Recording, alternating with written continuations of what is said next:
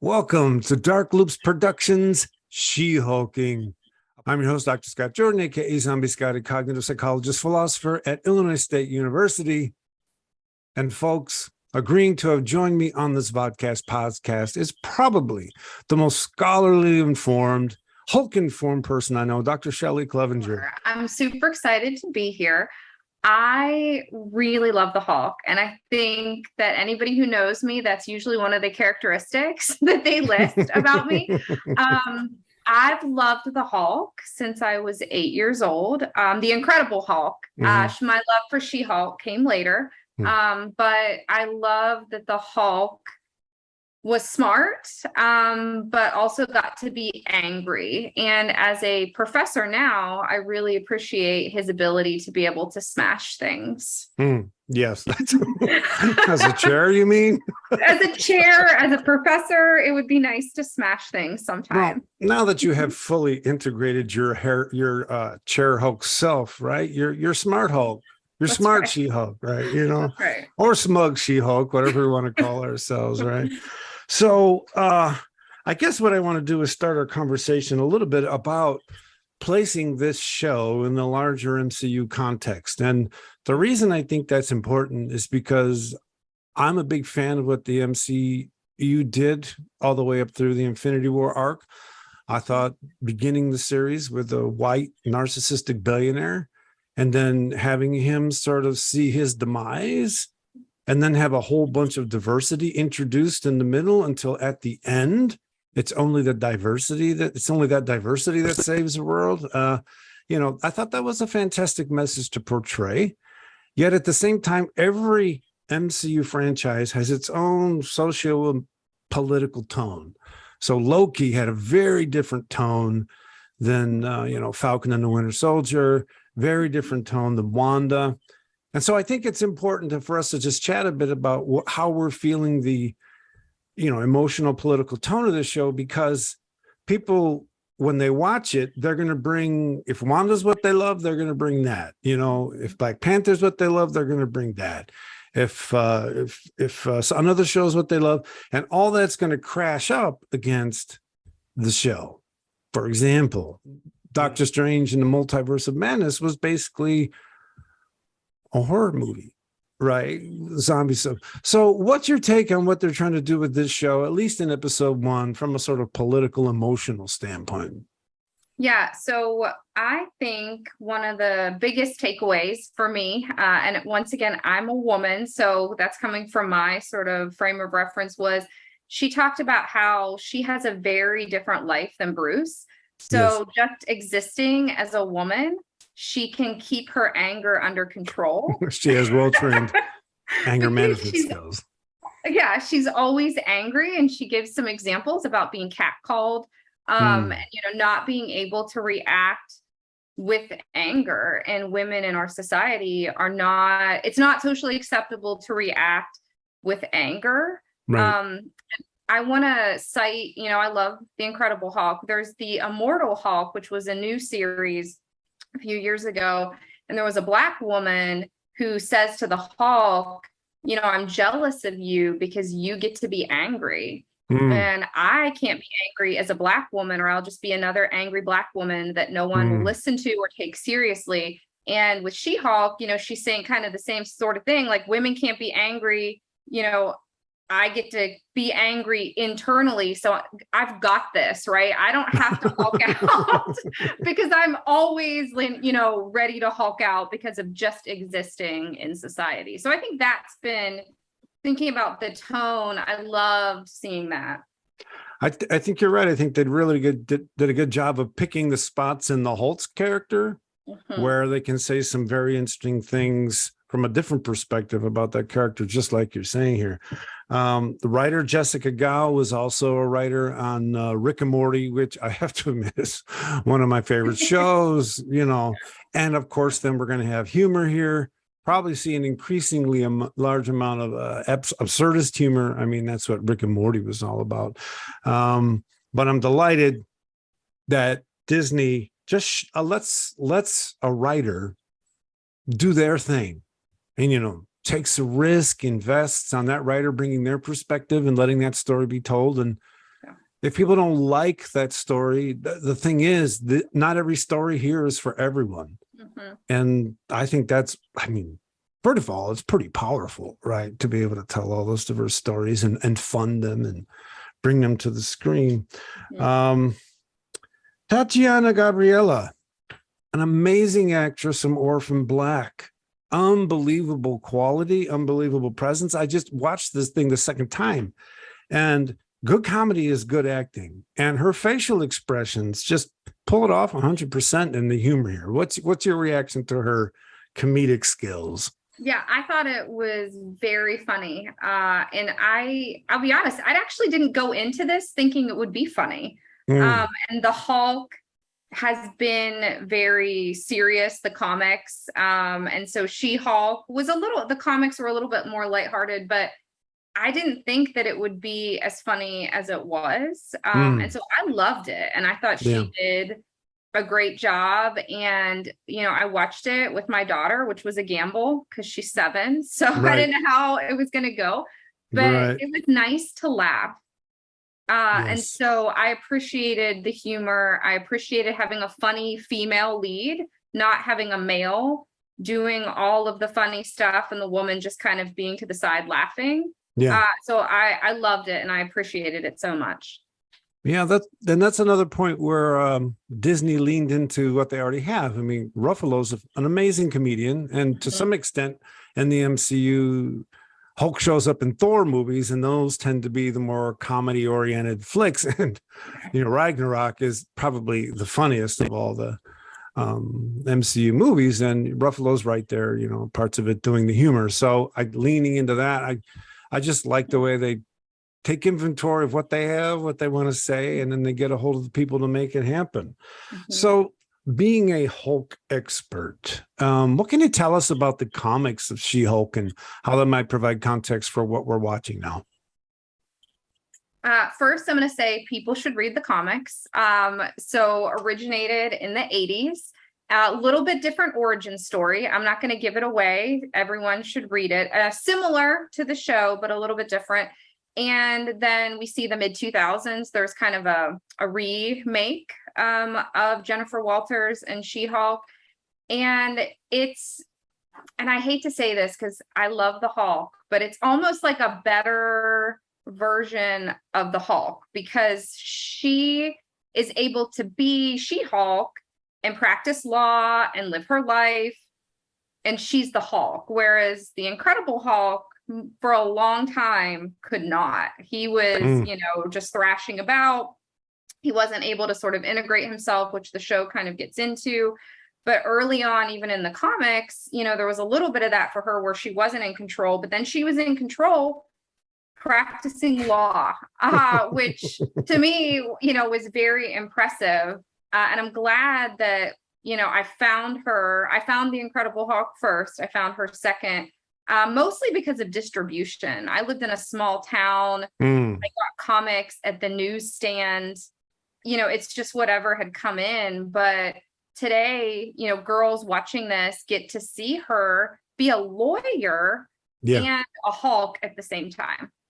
And I like your comment about, maybe having some regret about saying it's better. The thing is, it definitely builds upon decades of Hulk tropes, and it's just fantastic if you got good writers and you can integrate that. Like I thought what they did in 35 minutes was just really well done and hilarious. And Ruffalo could lean into it, right? Ruffalo could come back when she tried to say she was better. He goes, no, just different. She goes, oh, better.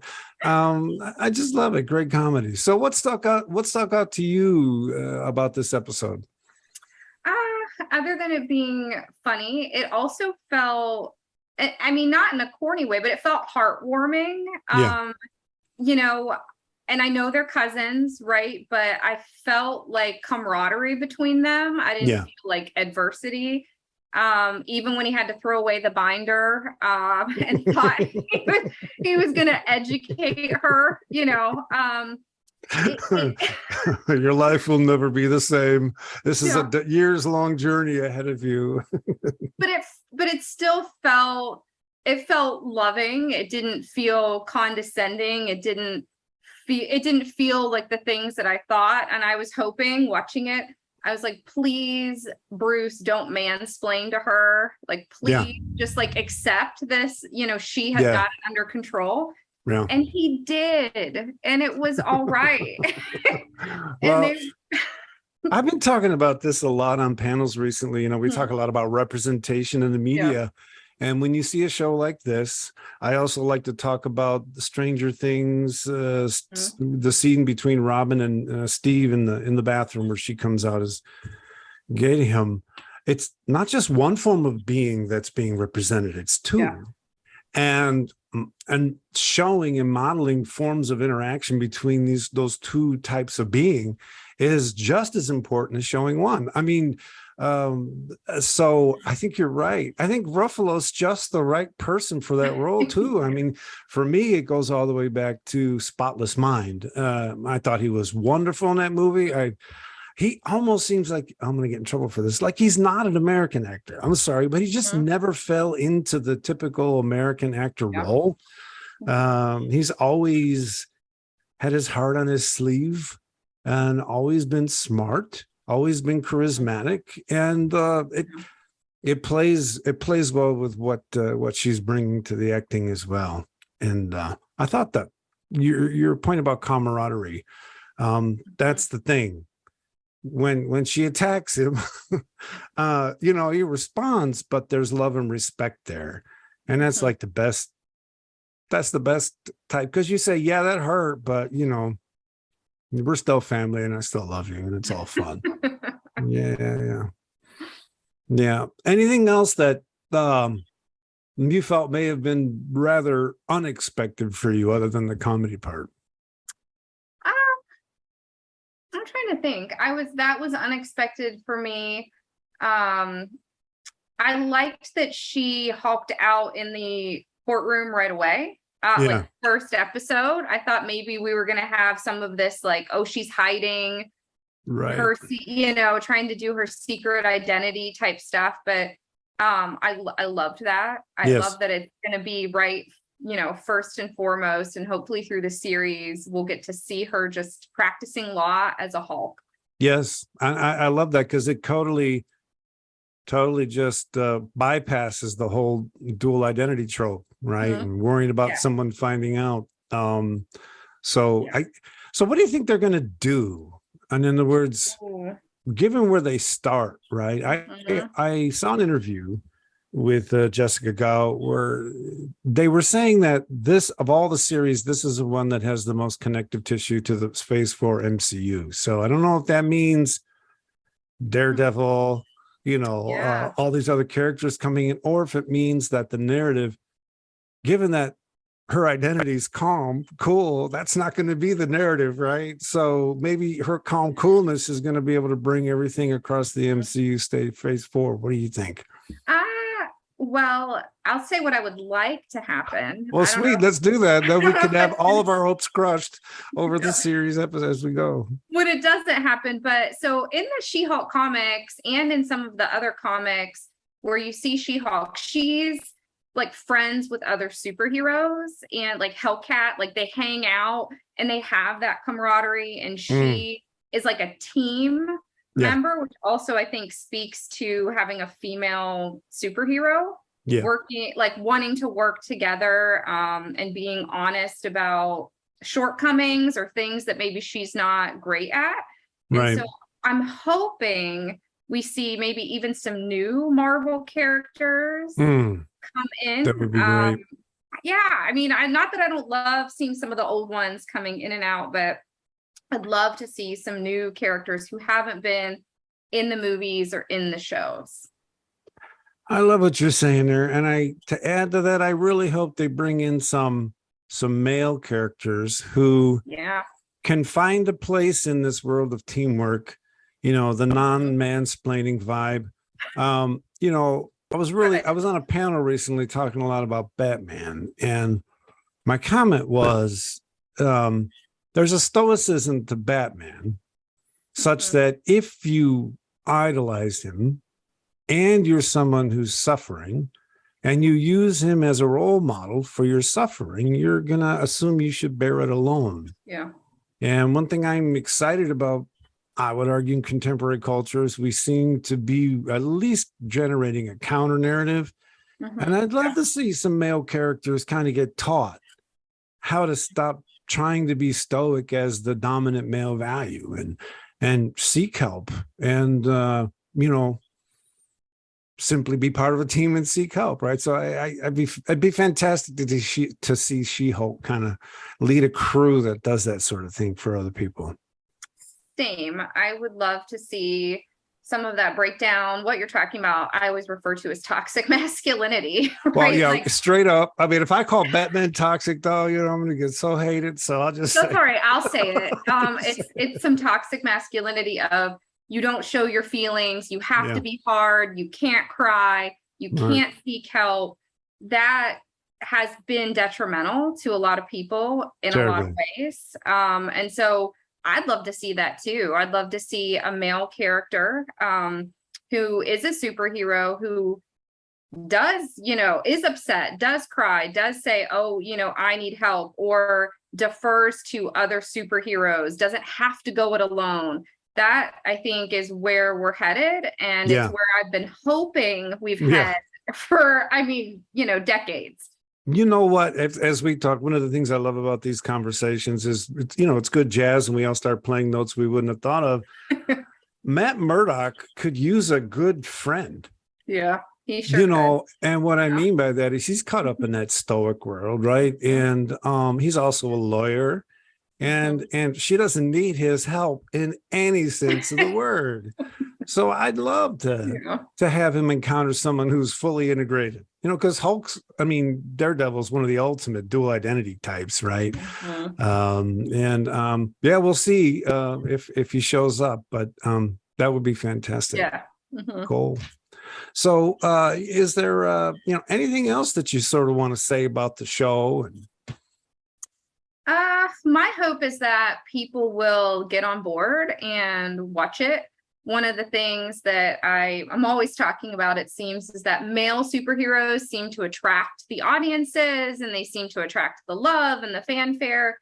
But I'm hoping people will see what I think, even from just one episode, the, endearing quality of She-Hulk. And I loved Ms. Marvel, which came right before. Yes, amazing. Loved it.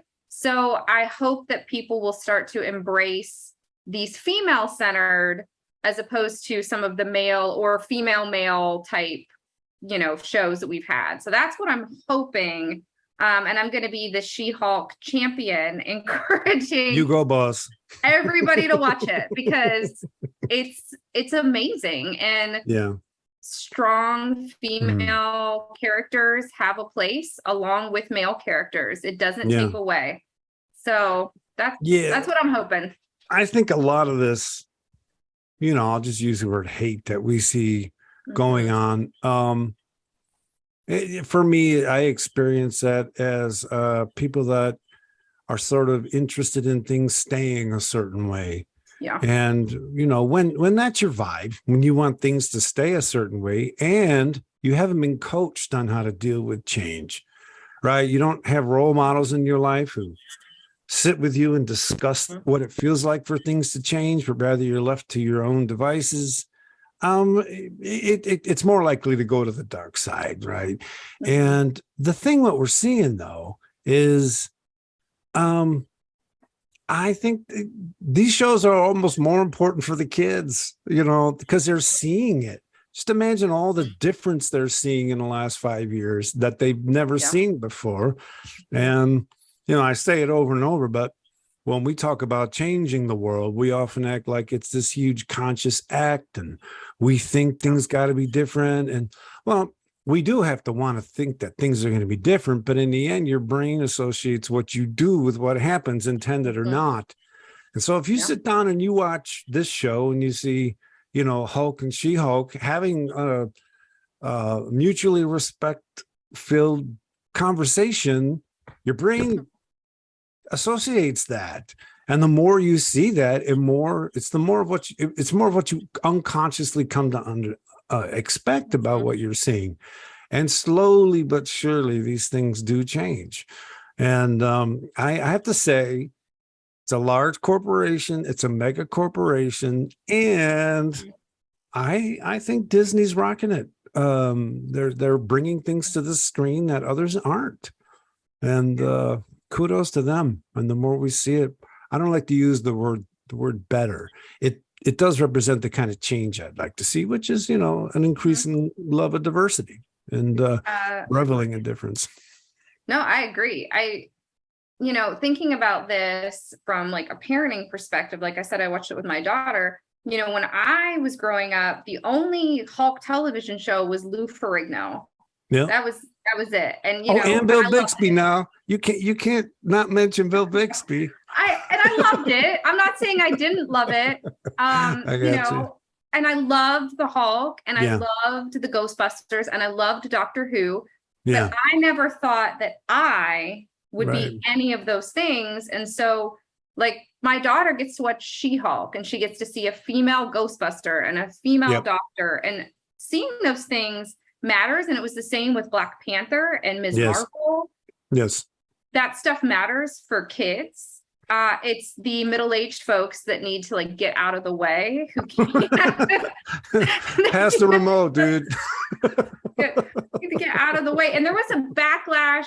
God, it was a while ago, probably 10 years ago. The Incredible Hulk became an Asian man for a while, and people lost their minds over that too. And I think change can be hard when you love a character, but you can still love your character. You can love the new character. You can just you can love it all.